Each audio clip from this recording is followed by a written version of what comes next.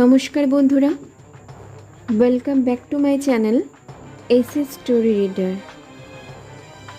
এই চ্যানেলে আপনারা বিভিন্ন ধরনের গল্প এবং ঘটনা শুনতে পারবেন।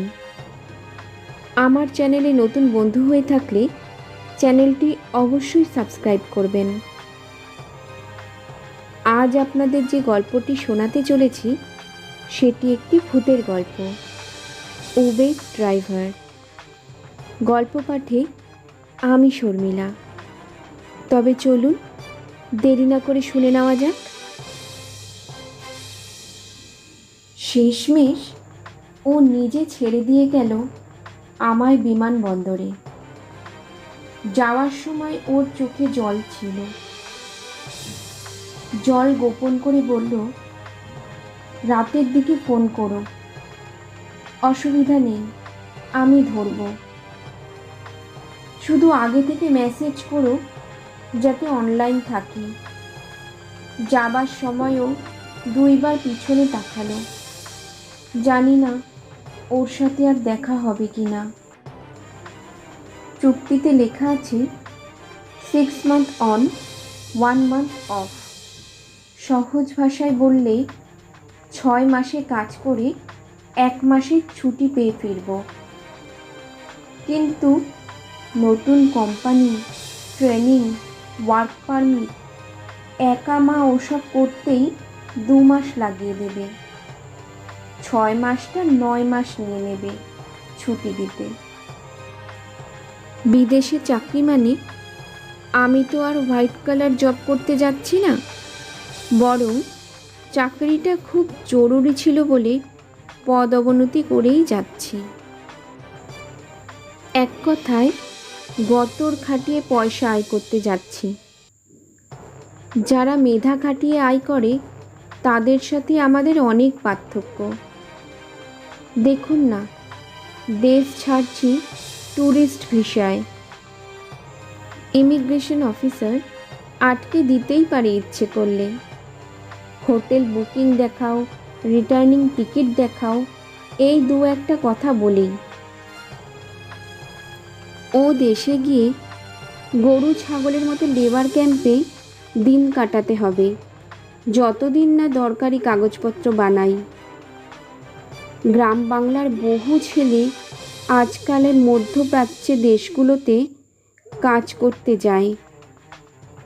দূর থেকে দেখে মনে হবে ওদের সোনার টুকরো ছেলে, কিন্তু আসলে এদের জীবনটা সোনার মতো দামি নয়। হয়তো এই লড়াইয়ের নামই জীবন। আর মৃত্যু এই যে আমাদের স্বপ্নটা ভেঙে যাওয়ার পথে। ভেঙে গেলেই তো আসলে আমার মৃত্যু হবে। আসলে ভালো থাকাই তো জীবন। ওকে ছাড়া তো আমি ভালো থাকতে পারবো না। ওর সব বন্ধুদের বিয়ে হয়ে 5-6 বছরের বাচ্চা হয়ে গেছে।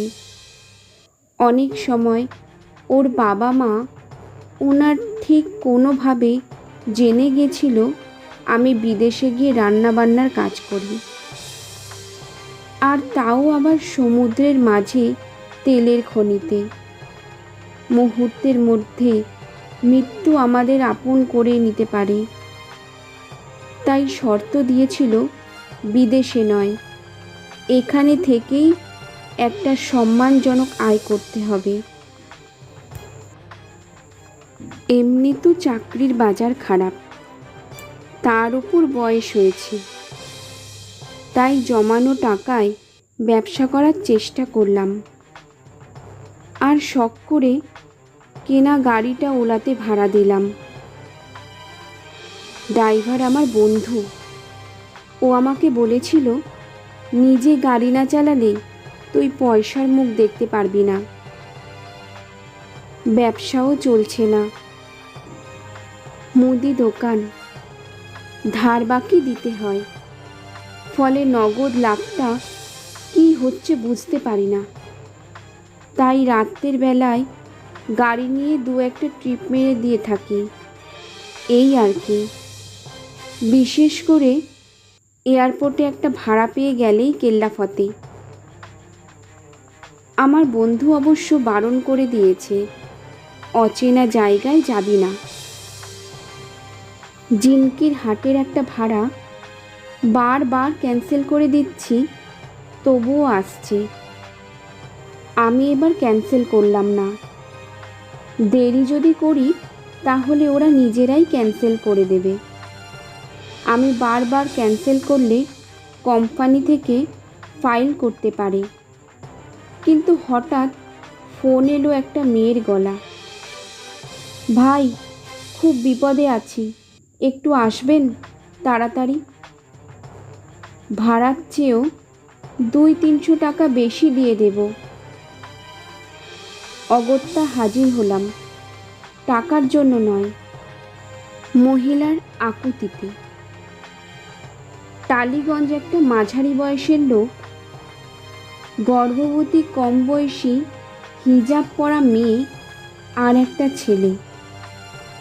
আমি নিশ্চিত হলাম এরা নিশ্চয়ই গাড়ি চোর নয়। কবরডাঙ্গা পর থেকেই রাস্তাটা আরও ফাঁকা। অন্ধকার চিরে গাড়ি বেরিয়ে যাচ্ছে। হঠাৎ গাড়িতে থেমে গেল, কিন্তু ব্রেক তো আমি মারিনি। ওরা আমাকে গালাগালি দিতে যাবে, তখনই দেখি মিশমিশে কালো বিড়াল রাস্তা পার হচ্ছে। ওর চোখগুলো বড় বড়, বেশি জল করছে। হঠাৎ খেয়াল করলাম আমার পাশের সিটে কেউ যেন বসে আছে। সে যেন কানের কাছে ফিসফিস করে বলল, তোর কোনো ভয় নেই। ভয় নেই শব্দটাই আমাকে আরও ভয় পাইয়ে দিল। লুকিং গ্লাসের দিকে তাকিয়ে দেখি একটা পুলিশের বাইক আসছে। আমি গাড়ি স্টার্ট না নেওয়ায় মেয়েটা বলল, ভাইজান, বিড়াল তো চলে গেছে। আমি বললাম, পুলিশ পিছনে। কথাটা শুনে ওদের রূপ বদলে 3 জনে 3টে বন্দুক ঠেকিয়ে দিল আমার মাথায়। বলল, গাড়ি চালা, কোথাও দাঁড়াবি না। আমি গাড়ি চালানো শুরু করার আগেই গাড়ি চলতে শুরু করে দিল। আমি যত বুঝতে পারছি এই গাড়ি চালানোর ওপর আমার নিয়ন্ত্রণ নেই, ততই আমার আত্মারাম খাঁচা ছাড়া হয়ে যাচ্ছে। হঠাৎ তখনই গাড়ির সামনে উপর থেকে পড়ল একটা পুলিশের লাশ। গাড়ি থেমে গেল। ওরা দেখেছে, কিন্তু ওরা যে ভয় পেয়েছে সেটা বুঝতে দিল না আমাকে। ওরা বলল, প্রাণে বাঁচতে চাইলে পালা এখান থেকে। আমি দরজা খুলে দৌড় দিলাম। মিনিট 10 দৌড়ানোর পরে চোখে পড়ল একটা পুলিশ ভ্যানে। আমি সব কিছু বললাম। ওরা তাড়াতাড়ি গেল। গিয়ে আমরা যা দেখলাম তা অবাক করার মতো। আমার গাড়িটা এক জায়গায় দাঁড়িয়ে আছে। ছেলেটা আর মেয়েটাকে অদৃশ্য কেউ গলা টিপে ধরে রেখেছে। আর ওই ভদ্রলোক মাটিতে শোয়ানো, একটা ইট দিয়ে অনবরত আঘাত করে যাচ্ছে কেউ। আমার জীবনটা বেঁচে গেলেও চোখের সামনে মৃত্যুর কোলে ঢলে পড়তে দেখলাম 3টি জীবন্ত মানুষকে। যদিও গত সপ্তাহে ওরাই নাকি গাড়ি চুরি করতে গিয়ে একটা ড্রাইভার আর পুলিশকে মেরে ফেলেছিল। এই গল্পটা শোনার পরও বলে দিল, প্রয়োজনে আইবুড়ো হয়েই শ্মশান ঘাটে যাব, তবু গাড়ি চালাতে আর দেব না।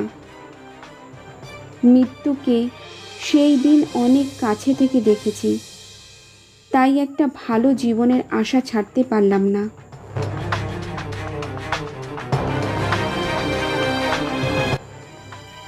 তো বন্ধুরা, গল্পটি শুনে আপনাদের কেমন লাগলো তা একটি কমেন্টের মাধ্যমে আমাকে অবশ্যই জানাবেন। গল্পটি ভালো লেগে থাকলে একটি লাইক ও চ্যানেলটি সাবস্ক্রাইব করে আমার সঙ্গে থাকবেন। ধন্যবাদ।